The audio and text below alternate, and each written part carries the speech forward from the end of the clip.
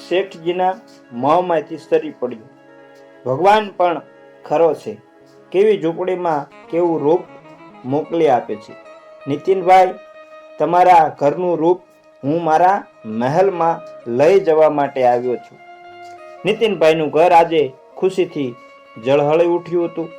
સાંજે જ્ઞાતિના એક આબરૂદાર વચેટિયાએ જ્યારે આવીને એમને કહ્યું, નીતિનભાઈ, ખૂબ સારા સમાચાર લાવ્યો છું.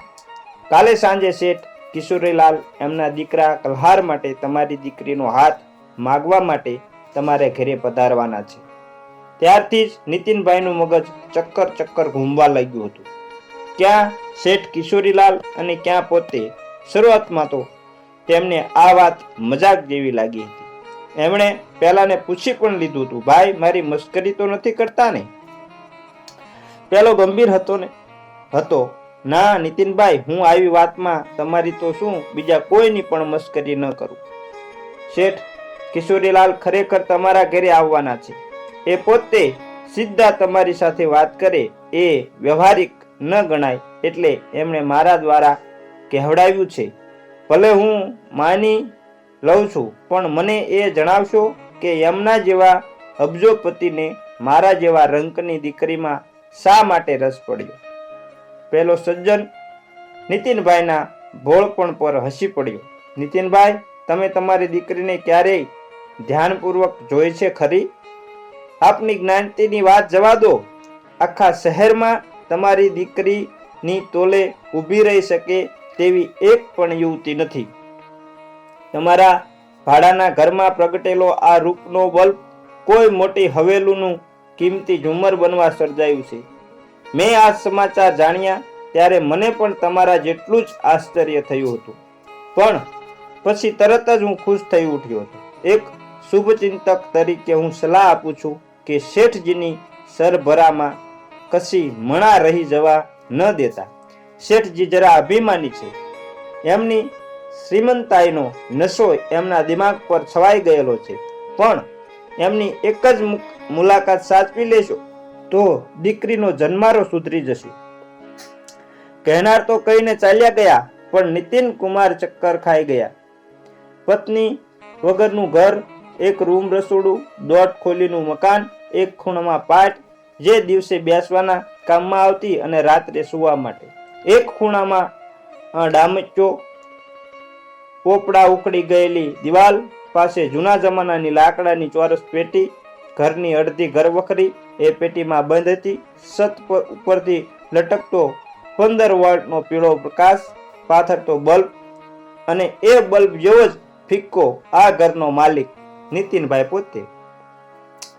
આ બધા અપવાદ જેવું કંઈ હોય તો એ માત્ર નીતિનભાઈની દીકરી હતી.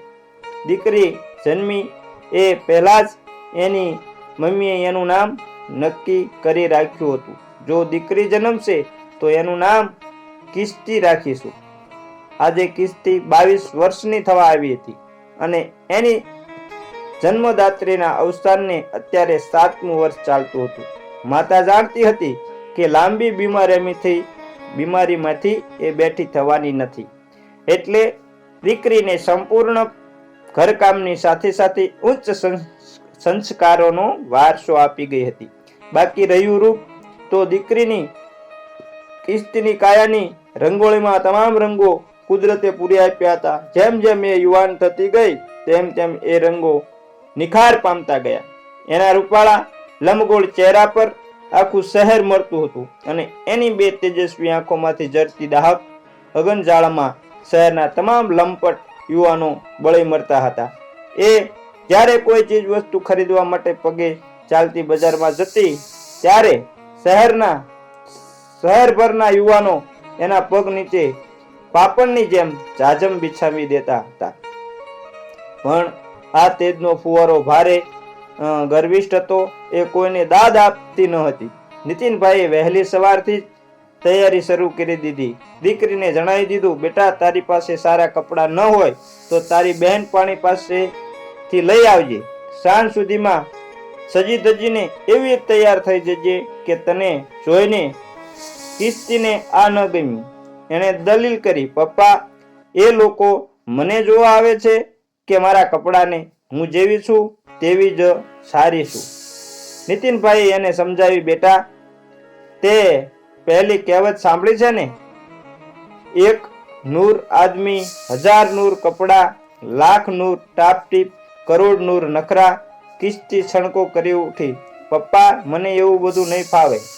મારી મમ્મી કહેતી હતી કે સંસ્કારી છોકરીઓ ક્યારેય નખરા ન કરે, પણ જિંદગીમાં ક્યારેય ટાપ ટીપ તો કરે ને, કે તારી મમ્મી એની ના પાડી ગઈ છે. નીતિનભાઈ આટલું બોલતા તો આંખ ભીની કરી બેઠા. ભીત પર લટકતા ફોટા પાસે જઈ અને બોલી ઉઠ્યા, વિભુ, આજે મારી અને તારી દીકરીની લાજ રાખજે. આપણી દીકરી સુખી થાય એવા આશીર્વાદ આપજે. એ પછી બાપ દીકરી ઘરની સાફ સફાઈમાં લાગી ગયા. ભૂખડી બારસ જેવી ઓરડી ને ગમે એટલી સાફ કરો કે સજાવો તો પણ એમાં કેટલો સુધારો થાય. અંગૂઠો સૂજીને થાંભલો થોડો થવાનો હતો. સાંજે 6 વાગ્યે મહેમાનો પધારવાના હતા. છેક 5 વાગ્યા સુધી બાપ દીકરી મહેનત કરતા રહ્યા. છેવટે કિસ્તીએ કીધું, પપ્પા હવે વધારે કશું કરવું નથી. 2-3 વ્યક્તિઓ બેસી શકે એટલી વ્યવસ્થા આપણે કરી દીધી છે. સરભરામાં ચા નાસ્તો આપીશું અને સારી અને સંસ્કારી રીતે વાતો કરીશું. પછી એમને જે નિર્ણય લેવો હોય તે લઈ શકે. આપણે ગમે એટલું કરીએ તો પણ એ લોકોની તોલે તો આવી જ શકવાના નથી જ. સાંજે 6 વાગ્યે એ ગરીબ મોહલ્લામાં 2 કરોડની બ્રાન્ડેડ કાર આવીને ઊભી રહી. ડ્રાઈવર કારમાં બેસી રહ્યો. મહારાજા જેવો રૂઆબ ધરાવતા શેઠ કિશોરીલાલ અને યુવાન જેવો સોહામણો દેખાતો કલ્હાર ઘરમાં પ્રવેશ્યા. એક ગરીબ બાપે 2 હાથ જોડીને એમને આવકાર્યા. લાકડાની પાટ ઉપર મહેમાનો બિરાજમાન થયા. શેઠજીના મોંમાંથી પહેલી પ્રતિક્રિયા આવી સરી પડી, ભગવાન પણ ખરો છે કે કેવી ઝૂંપડીમાં કેવું રૂપ મોકલી આપે છે. નીતિનભાઈ, તમારા ઘરનું રૂપ હું મારા મહેલમાં લઈ જવા માટે આવ્યો છું. નીતિનભાઈ જવાબ આપે તે પહેલા જ ટ્રેમાં પાણીના ગ્લાસ લઈને કિસ્તી આવી ગઈ. કિસ્તીને જોઈને શેઠજી આભા બની ગયા. નીતિનભાઈ, મારે કંઈ જ પૂછવું નથી. અમને કન્યા ગમી ગઈ છે. હવે સગાઈનું નહીં, સીધું લગ્નનું મુહૂર્ત કઢાવો. બીજી કોઈ વાતની ચિંતા કરશો નહીં. મારો મેનેજર 3 દિવસમાં તમને એક પોશ વિસ્તારમાં સારા બંગલામાં શિફ્ટ કરી દેશે. આ ઘરના બારણે મારા દીકરાની જાન આવે તે શોભે નહીં. તમારી દીકરી માટે 151 જોડી કપડાં અને 100 તોલા સોનાના દાગીના પણ અમે કરાવી આપીશું. લગ્નનો અને રિસેપ્શનનો તમામ ખર્ચ અમે ભોગવીશું. તમારે જેટલા લોકોને આમંત્રણ આપવું હોય તે બધાને લિસ્ટ અમને આપી દેજો. પણ એ બધું છેલ્લી વારનું હશે. લગ્ન પછી તમારી દીકરીનું સ્તર બદલાઈ જશે.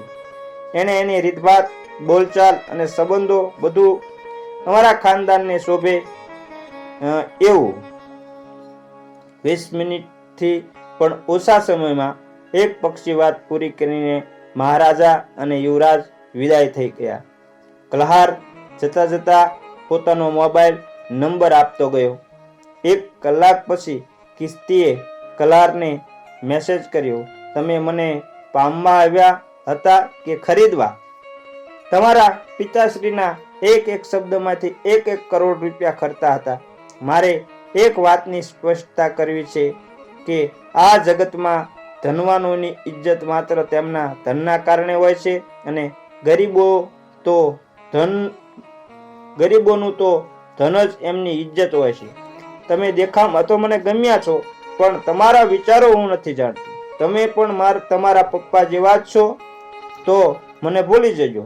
જો તમારા વિચારો જુદા હોય તો લગ્નનું મુહૂર્ત બને તેમ વહેલું કઢાવજો. લિખિતન અત્યારે તો મારી જ, પણ ભવિષ્યમાં કદાચ તમારી કિસ્તી. મિત્રો, આમ આ વાર્તા અહીં પૂરી થાય છે. તો અમારી ચેનલને લાઈક, શેર અને સબસ્ક્રાઇબ જરૂર કરજો. જય માતાજી મિત્રો.